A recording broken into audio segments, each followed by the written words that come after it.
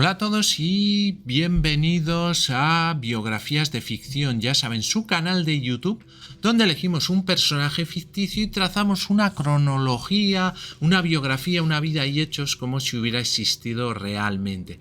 Elegimos personajes ficticios de series de televisión, de películas, de novelas, libros, cómics o incluso videojuegos. Y en los demás vídeos semanales solemos también hacer la historia ficticia de algún lugar aparecido en novelas, películas, etcétera, que realmente no ha existido, o hacemos también biografías reales. Bien, pues hoy lo que vamos a hacer es la biografía ficticia de Marcus Brody. Bien, pues les voy a dar 5 segundos para que se suscriban a mi canal. Ya saben que a ustedes solo les cuesta un solo clic, pero a mí me ayudan mucho para seguir haciendo vídeos. Muchas gracias.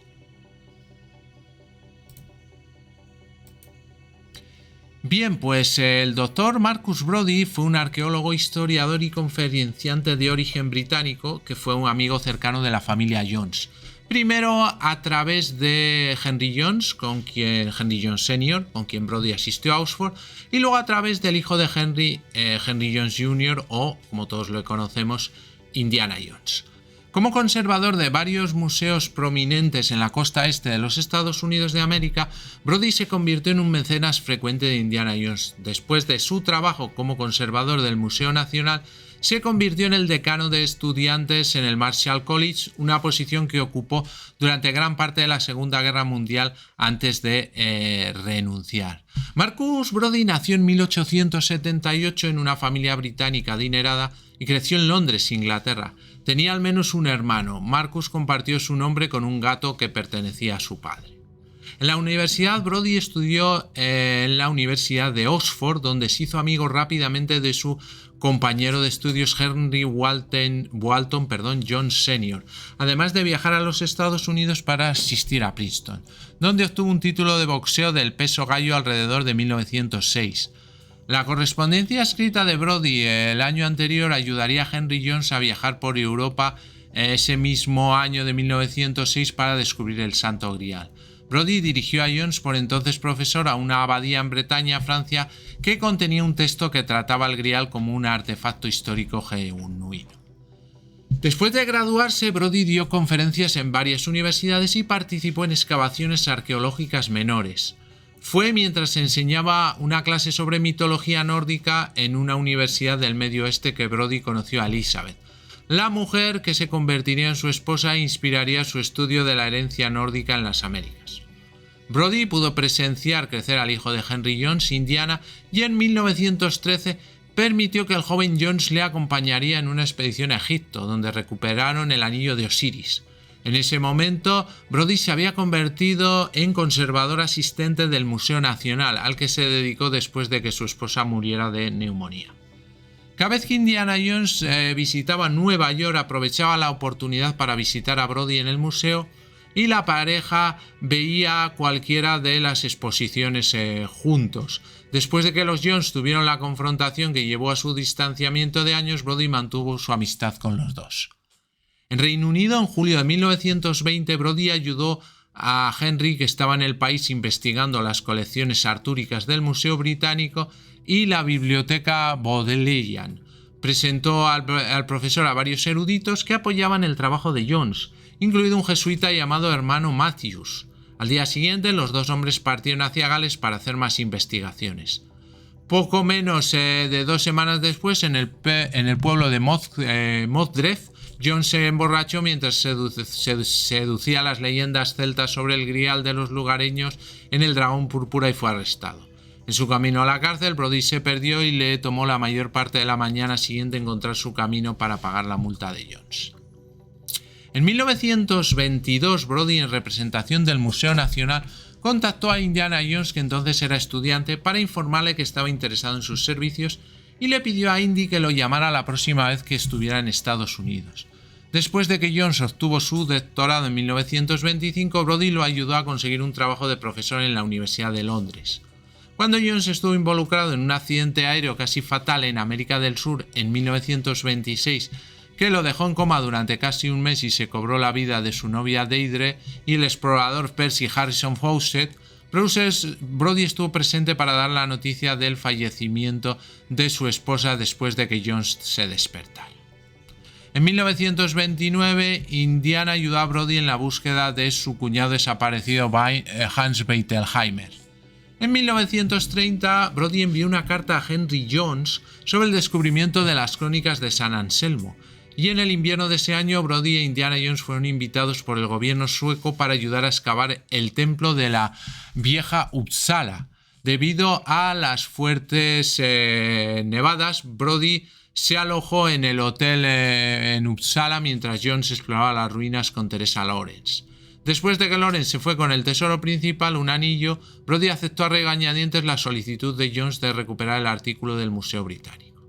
En Londres, Brody fue robado por René Belloc, quien tomó el verdadero tesoro, un pergamino que Jones había encontrado. Jones y Lawrence lograron evitar que Belloc vendiera el pergamino en Marrakech a los nazis, y luego Brody y Jones regresaron a Estados Unidos desde Londres después de que Jones robara el anillo. A finales de la primavera o principios del verano de 1931, Brody, molesto por el robo de una de las estatuas de Bojá del Museo de Historia de Nueva York, había llevado a la jefa de seguridad del museo, Valentine Gruber, al Barnet College para reunirse con Indiana Jones, que era más adecuado para rastrear la estatua de cocodrilo robada. Jones se dio cuenta de que las estatuas eran una pista del rubí invencible de Ali Bey, y después de que Brody recibiera un telegrama sobre el robo de otra estatua en Barcelona, envió a Jones tras las estatuas robadas y el rubí. Este año el trabajo de Brody lo había llevado a un puesto como director de adquisiciones especiales en el Museo Americano de Historia Natural en la ciudad de Nueva York. En 1973, Brody visitó a Indiana Jones en Princeton para decirle que el manuscrito Voynich había sido robado. En 1934 fue abandonado en el Triángulo de las Bermudas. En 1936 acompañó a Jones al Tíbet para localizar una pieza de la llave en poder de un conocido, Francis Beresford Hope. Escapando de la explosión de una cueva, él y Jones se reunieron con Alex Beresford Hope, quien se unió a ellos para ayudar a evitar que los nazis usaran la llave. En Shanghái, Brody se quedó atrás, cauteloso sobre el peligroso poder representado por la antigua llave, mientras Jones y Beresford Hope viajaban hacia Siberia. Cambiando de opinión, Brody los persiguió en un barco ballenero y rescató a Jones y a la cazadora de tesoros Janice Leroy cuando se quedaron varados en el mar. Al llegar a la costa siberiana, con copias del mapa, consiguieron acercarse a su objetivo. Brody montó en un trineo de perros con Jones sobre un puente de hielo que se derrumbó detrás de él, alcanzando a Friedrich von Hassel, y sus agentes nazis cayeron en un abismo donde Brody fue capturado por los nazis y llevado a la tumba de los dioses. Brody se vio obligado a abrir la tumba después de que Beresford Hope fuera asesinado por negarse a hacerlo. Cuando las voces en la tumba poseyeron a varios de los agentes, comenzando una masacre, Brody fue salvado por Jones y Leroy y sacado de allí. Dando su bolsa de dinamita a Jones, Brody esperó en la antecámara mientras Jones perseguía a von Hassel hasta la bóveda principal. Después de que Jones hubiera dinamitado el edificio, Brody estuvo de acuerdo con la decisión, ya que era mejor dejar algunos conocimientos desconocidos. Para entonces, Brody se había convertido en conservador del Museo Nacional, y fue este papel que ayudó a organizar la expedición de Indiana Jones para recuperar el Arca de la Alianza para el gobierno de los Estados Unidos, negociando con los agentes de inteligencia militar Musgrove y Eaton.